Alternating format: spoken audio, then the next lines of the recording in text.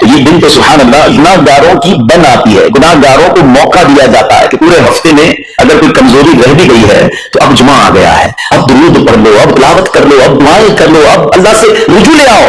یہ جمعے کا دن سبحان اللہ مفتی احمد یار خان نعیمی رحمۃ اللہ تعالی فرماتے ہیں جمعہ کے دن کوئی نیکی کی جائے اللہ کی بارگاہ میں جمعے کا شرف اور مقام اتنا اعلیٰ ہے کہ جمعہ کی ایک نیکی 70 گنا اس کا ثواب عطا کیا جاتا ہے، ملٹی پلائی بائی 70۔ سوچئے سمجھدار لوگ بیٹھے ہیں، کاروباری لوگ بھی بیٹھے ہوں گے، ہمارے یہاں نارملی سپر اسٹور پہ یا کسی جگہ پر مارکیٹس وغیرہ میں اسکیم لگتی ہے، 25% discount, 50% discount, buy one get one free, ایک خریدو دوسرا فری۔ لوگ گرمیوں کی چیزیں سردیوں میں خرید لیتے ہیں، ارے بھائی گرمیاں ابھی سے جیکٹ خرید لیا، سستا مل رہا تھا، ایک فری مل رہا تھا، سردیوں میں کام تو آئے گا نا، چلو لے لو بھائی۔ سردیوں میں گرمیوں کی چیزیں خرید رہے ہوتے ہیں، کیوں؟ سستا۔ ہم دنیا کے نفع کے لیے، دنیا کے بینیفٹ کے لیے ٹریول بھی کرتے ہیں، جا کر خرچ بھی کرتے ہیں۔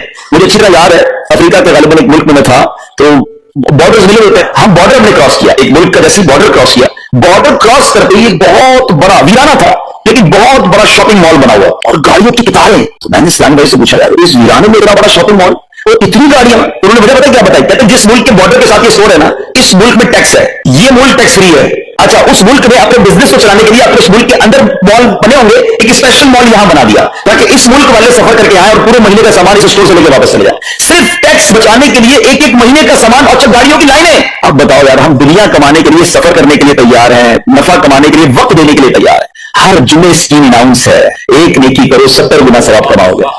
بتاؤ کیا ذہن ہونا چاہیے کہ یار بس جمعے کا دن تو قرآن پڑھوں گا، درود پڑھوں گا، صدقہ کروں گا۔ سبحان اللہ، ڈھونڈ ڈھونڈ کے ہمارے صحابہ علیہ رضوان ڈھونڈ ڈھونڈ کے نیک اعمال کرتے تھے کہ یہ بھی عمل کر لو، یہ بھی کر لو، اور جمعے کے دن اسپیشلی۔ تو اللہ کرے ذہن میں یہ بات بیٹھ جائے کہ میں نے جمعے کو زیادہ نیکیاں کرنی ہے۔ اچھا اب اس میں ایک اور مشورہ دیتا ہوں، مثال کے طور پہ آپ ذہن بنا رہے اگر پیر والے دن جو ہے نا میں نے کسی مریض کی یاد رشتے دار وہاں جانا ہے، یا میں نے جناب سیٹرڈے یا سنڈے کو صدقہ خیرات کرنا ہے، کسی کی ہیلپ کرنی ہے، آپ نے کوئی نیکی پلان کی ہوئی ہے ہفتہ اتوار پیر منگل میں، تو کوشش کر کے اس کو جلدی کریں اور فرائیڈے میں کریں۔ ایک پوائنٹ آپ نے دیکھا، میں نے یہ نہیں کہا کہ اس کو اگلے جمعے کریں، ہاں ڈیلے نہ کریں، تھوڑا جلدی کر کے اس جمعے کو کریں تاکہ 70 گنا جو ہے اس میں ثواب کما لوں، برکتیں حاصل کر لوں۔ اللہ کرے کہ میں اور آپ نیکیوں کے حریص بن جائیں، نیکیوں کی جو لالچ ہے، لالچ یہ بھی کر لوں، میں یہ بھی کر لوں، میں سجدہ بھی کروں، میں تلاوت بھی کروں، میں صدقہ بھی دوں، یہ تو نصیب والے کو ملتا ہے۔ اور صحابہ کرام میں نظر آتا تھا پیچھے نہیں ہٹتے تھے صحابہ، ہمیں اعلان کیا جا رہا ہے کہ یہ موقع ہے، یہ نیکی ہے، اور پھر بھی کوئی نظر نہیں آتا۔ اللہ کرے کہ یہ جذبہ، کیونکہ یاد رکھو اس طرح کاروباری لوگ کہتے ہیں نا سیزن ہے نیکیاں کر لو، بالکل اسی طرح جب تک میری اور آپ کی سانسیں باقی ہیں نا نیکیوں کا سیزن جاری ہے، جتنی نیکیاں کمانی ہے کما لو۔ یہ مائنڈ سیٹ بنا لو کہ یار پتہ نہیں کب مر جاؤں، اور نیکی اور نیکی۔ جس طرح پیسے کمانے کا ذہن ہوتا ہے نا، اللہ کرے اس سے زیادہ میرا اور آپ کا نیکیاں کمانے کا ذہن ہو جائے، تھوڑی اور نیکی کما لو، تھوڑی اور۔ مثال کے طور پہ آپ کہیں جا رہے ہیں، کسی نے کہا ذرا بیٹھیے 10 منٹ بعد وہ بھائی آئیں گے، اب ہم 10 منٹ کس طرح گزارتے ہیں؟ موبائل نکالا اور جناب دیکھنا، 10 منٹ یا 15 منٹ بھی گزر گئے پتہ نہیں چلے گا، لیکن یہ 15 منٹ میں کیا ملا؟ شاید گناہ ہی ملے ہوں گے، کیونکہ ہمارے موبائل میں تو بہت ساری چیزیں ایسی ہیں یا تو حرام دکھا دیتی ہیں یا حرام سنا دیتی ہیں۔ لیکن اگر نیکیوں کا ذہن ہو تو بندہ سوچے یار 10 منٹ میں تو میں سورہ یاسین پڑھ سکتا ہوں، بس قرآن کا ثواب ہے، موبائل میں قرآن پاک ڈاؤن لوڈ ہو، قرآن شریف نکالو، یاسین شریف پڑھ لی، ویٹنگ ایریا کے اندر 10 قرآن کا ثواب کما لیا۔ اگر یہ مائنڈ سیٹ ہو بندہ کہ اتنی دیر میں تو 100 بار درود پاک پڑھ لوں گا، اور آقا علیہ السلام فرماتے ہیں جو 100 بار درود پاک پڑھے اس کی دونوں آنکھوں کے درمیان لکھ لیا جاتا ہے یہ بندہ دوزخ کی آگ اور نفاق سے بری ہے۔ 5-5 منٹ 10-10 منٹ میں میں اتنی نیکیاں کما سکتا، لیکن مائنڈ سیٹ ہی نہیں ہے، گھنٹوں ضائع کر دیں گے، نیکی کمانے کا ذہن نہیں بنتا۔ اگر یہی 10-15 منٹ میں مجھے پیسے ملنے ہوتے تو بتاؤ ہم کیا کرتے؟ اللہ کرے دل میں اتر جائے میری بات۔ تو میرا جمعہ کا دن یہ بہت کمال کا دن ہے، ہر جمعے کے دن آپ کو اونٹ صدقہ کرنے کا ثواب مل سکتا ہے۔ ایک اونٹ کتنا آتا ہے؟ 1.5-2 لاکھ روپے کا تو ہوتا ہے، 2 لاکھ روپے ہر جمعے کو صدقہ کرو، مہینے کے ہوئے 8 لاکھ روپے، بندہ بولے غریب آدمی 8 لاکھ ہر مہینے؟ جی جناب ہر مہینے 8 لاکھ کم بیش آپ صدقہ کرنے کا ثواب کما سکتے ہیں۔ کیسے؟ کتنا آسان۔